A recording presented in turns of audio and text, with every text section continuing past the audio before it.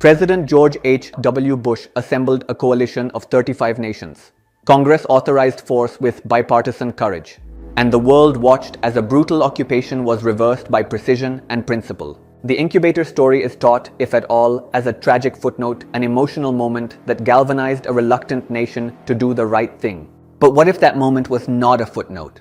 What if it was a $10 million fabrication, choreographed by a public relations firm, delivered by a diplomat's daughter, and weaponized to manufacture consent for a war that would kill over 100,000 Iraqis? Did the Congressional Human Rights Caucus permit a 15-year-old girl to testify without taking an oath? Without disclosing that her father was the Kuwaiti ambassador to Washington, and without revealing that the entire hearing was funded by a foreign government? Did a single unverified atrocity narrative reach an estimated 53 million Americans on network television, sway a Senate vote to authorize war, and then vanish from the institutional memory of a nation that claims to demand evidence before it kills? To understand the architecture of this deception, one must examine the stage upon which it was performed. On August 2, Saddam Hussein's forces invaded Kuwait. The occupation was real. The atrocities were documented. But by early October, the Bush administration faced a domestic problem that tanks could not solve. The American public was divided. A December New York Times and CBS poll would later show only 48% favored immediate military action.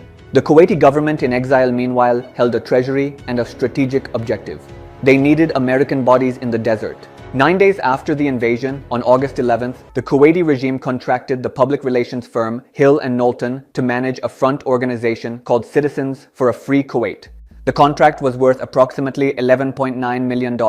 Of that total, $10.8 million went directly to Hill and Knowlton in fees, while a mere $17,861 came from 78 individual American donors. This was not grassroots activism, it was astroturf warfare. The firm assigned Vice President Laurie J. Fitzpagado to organize the campaign, and one of her first major productions was a hearing before the Congressional Human Rights Caucus. The caucus was not a formal committee of Congress. It was an association of interested legislators, co-chaired by Representative Tom Lantos and Representative John Porter, whose Congressional Human Rights Foundation happened to occupy free office space inside Hill and Knowlton's Washington headquarters.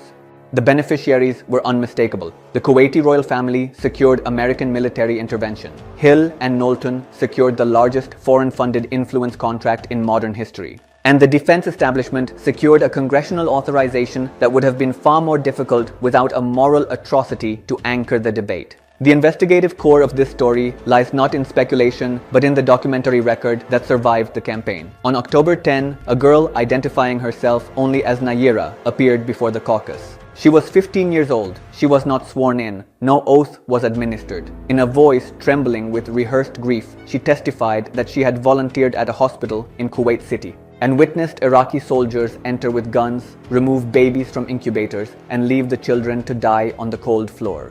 She spoke of 15 babies in incubators in her written testimony, though she did not specify the number orally. Hill and Knowlton filmed the hearing and distributed a video news release through MediaLink to approximately 700 American television stations. That night, ABC's Nightline and NBC Nightly News aired portions of her testimony. President Bush repeated the story at least 10 times in the following weeks, including his claim that Iraqi soldiers had scattered babies like firewood across the floor. 7 senators cited Nayirah's testimony in their speeches backing the use of force. On January 12th, the Senate voted 52 to 47 to authorize military action. The margin was razor thin. The incubator story was the emotional fulcrum. But the truth was already available to anyone who looked. Dr. Mohammed Matar, director of Kuwait's primary care system, and his wife Dr. Fayeza Youssef, who ran the obstetrics unit at the maternity hospital, stated publicly that there were few, if any, babies in incubators at the time of the invasion and that Nayirah's charges were totally false. The hospital had 25 to 30 incubators. None were taken by the Iraqis. Middle East Watch, a division of Human Rights Watch, interviewed doctors who confirmed no babies were removed from incubators. Amnesty International, which had initially corroborated the story, issued a formal retraction with Executive Director John Healey accusing the Bush administration of opportunistic manipulation of the international human rights movement. The retraction stated that the organization found no reliable evidence that Iraqi forces had caused the deaths of babies by removing them from incubators. The truth was published, but it was published after the bombs had already fallen. On January 6th, journalist John MacArthur published an op-ed in the New York Times titled "Remember Nayirah, Witness for Kuwait." He revealed that Nayirah's full name was Nayirah al-Sabah and that she was the daughter of Saud Nasir al-Sabah, the Kuwaiti ambassador to the United States. Representative Lantos later admitted he had concealed her identity at her father's request, claiming it was to protect family and friends. Hill and Knowlton CEO Thomas E. Eidson wrote a letter to the Times on January 15th, insisting the firm had no reason to question her veracity. But the documents show that the campaign was engineered precisely to bypass skepticism. The legacy of the Nayirah testimony did not end with the liberation of Kuwait. It established a template. A foreign government hires an American public relations firm, which creates a front group with a patriotic name, launders foreign money through congressional adjacent organizations, and produces emotional eyewitness testimony that is distributed as news without disclosure of its origins. The formula was studied, refined, and replicated. When the United States marched toward Iraq again in 2003, the same architecture of manufactured narrative appeared in the form of curveballs, biological weapons claims, and the aluminum tube intelligence. The difference was only technological. It was a video news release and a teenage girl. In 2002, it was classified dossiers and anonymous defectors. But the underlying mechanics were identical. Unverified atrocity claims, laundered through institutional channels, amplified by elected officials, and deployed to close the gap between public reluctance and military ambition.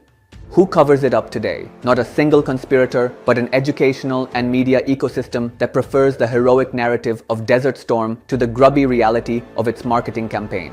The Congressional Human Rights Caucus still operates. Hill and Knowlton still exist under different ownership. And the Foreign Agents Registration Act, which should have exposed the entire Kuwaiti propaganda operation to the American people in real time, was not enforced by the Justice Department, a precedent that continues to haunt contemporary debates about foreign influence in American democracy. So here is the question I leave you with tonight. Should Congress require all testimony before unofficial caucuses to be given under oath with full disclosure of foreign funding and familial identities? Or is this just an impractical burden on the urgent work of humanitarian advocacy?